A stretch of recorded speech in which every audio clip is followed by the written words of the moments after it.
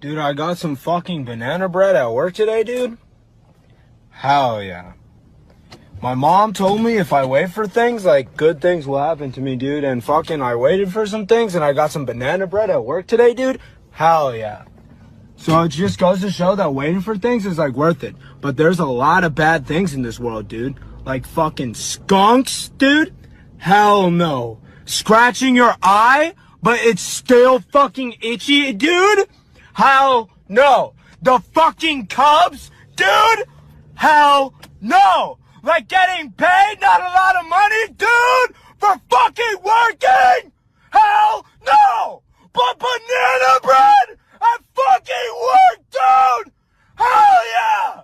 Hell yeah, bro. Hell yeah. Banana bread, bro. At hell fucking work, dude. Hell yeah.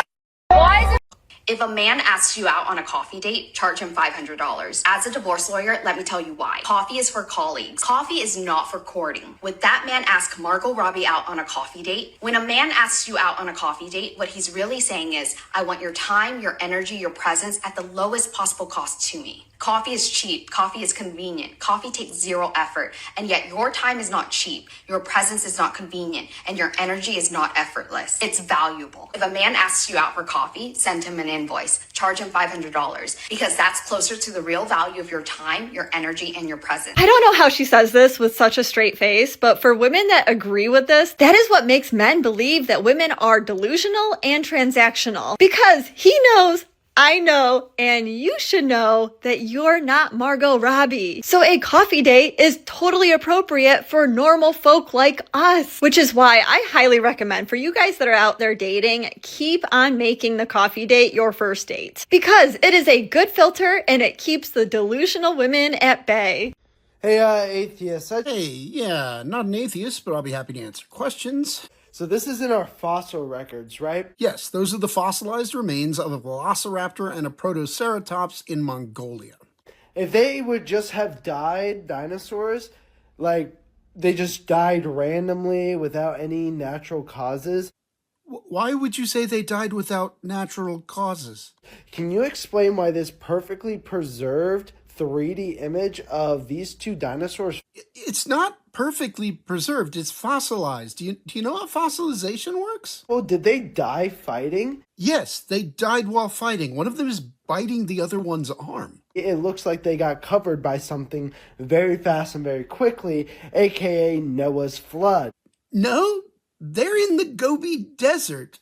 A sand dune fell on them. And this is not unusual at all. People die when sand dunes fall on them fairly regularly. This is the only thing that can account for that because how else were they covered by that much sediment so quickly that they were preserved in this way? Please, I would love your answer. I guess everything is a mystery if you lack enough information. But you should really try not to stay in that state. Jesus is disappointed. Do better.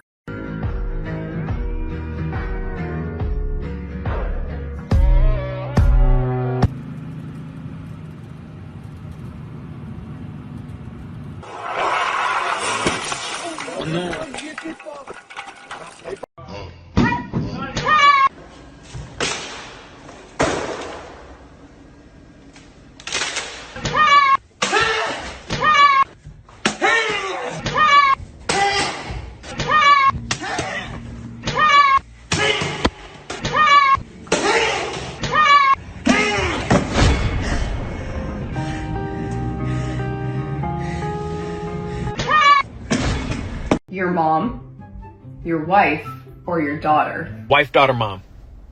I'll fight anybody who disagrees. Oh, how could you choose your wife over your daughter? How could you choose your wife over your mom? Hopefully my daughter moves out and she finds her own family. She finds someone who will make her their priority. That would be great. And my mom should be happy that I found a person to make a priority.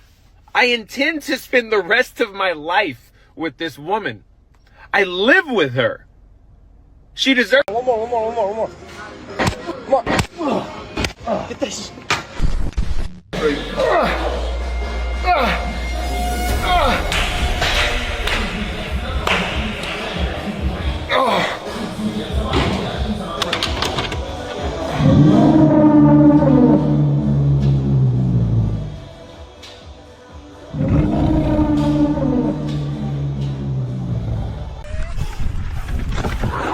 I'm a park ranger. Let me show you what to do here. Guys, just move out of the way. Once you dodge the mountain lion's attack, pick it up, then strap it to the bike, push it down the hill. This will give you enough time to jump down after it, so when it slams into a wall, you can come in with a face kick into a suplex. It's literally a cat. I can't believe how many people needed my help with this one. Yo, $20 right now if you can zip that jacket. That's all the nigga saying I can't zip up my jacket. Fuck you.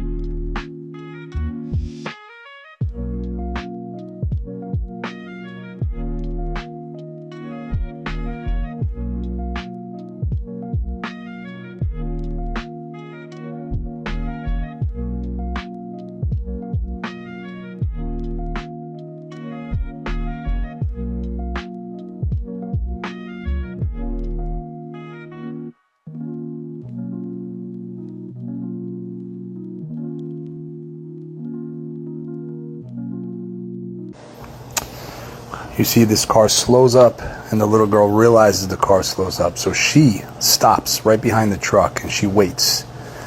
And she stays patient. She could tell something is wrong. Thank God she's aware of her surroundings. This could have been really bad. Now the car doesn't give up. And she doesn't know who this is. It's been said that she doesn't know who this is. He comes back around the other side to see where she is. And she walks back towards the front, staying aware the entire time. Car backs up. She walks to the back of the truck now. She's not in the sight of this vehicle and the person driving. Thank God. That's a nightmare. That's nightmare fuel. But the mindfulness of that child to know where and when it was safe to move, when it was safe to get up out of there, when it was safe to stop and to assess the situation and not have her face buried into some type of screen that she had, that comes from conversations. You have to sit your kid down. You can't send your kid out into the world just oblivious to what can happen to them. I'm not saying have these conversations to make your kid be afraid, but let them be aware, give them tools to make it. And I am appreciative of this creator for putting this video out there because it's a conversation that a lot of us parents don't have, that we all need to have so our kids can make it home safe after the school day. I put my armor on, show you how strong I am.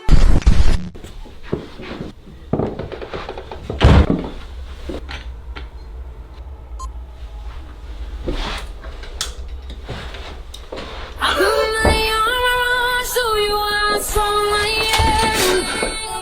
I put my armor on, I'll show you that I am.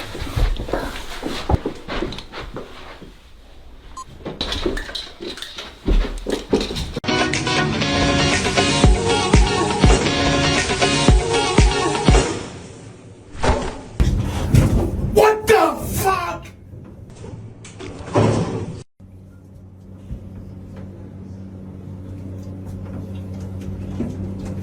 Oh, we're leaving? Okay, let me just do my hair real quick.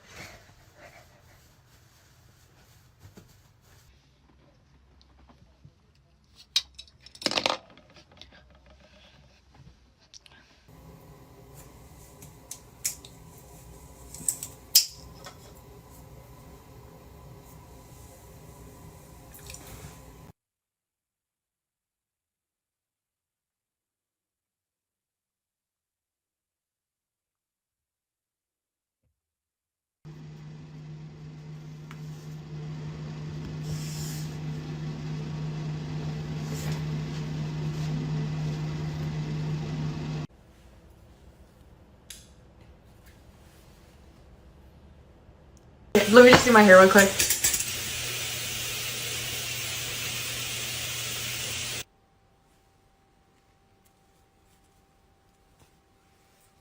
If you feed your kids frozen pizza and chicken nuggets and other frozen foods for dinner, you are a terrible parent.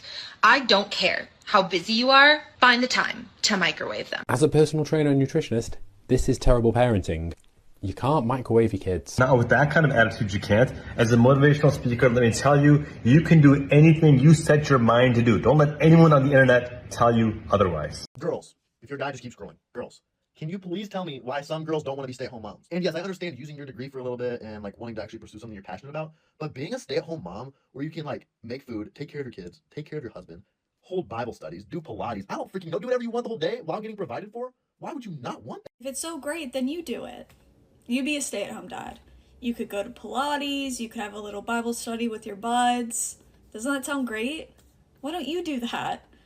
You could take the back seat while your wife goes out and fulfills all of her aspirations, her career goals, and you can stay at home, cook, clean, and raise the children.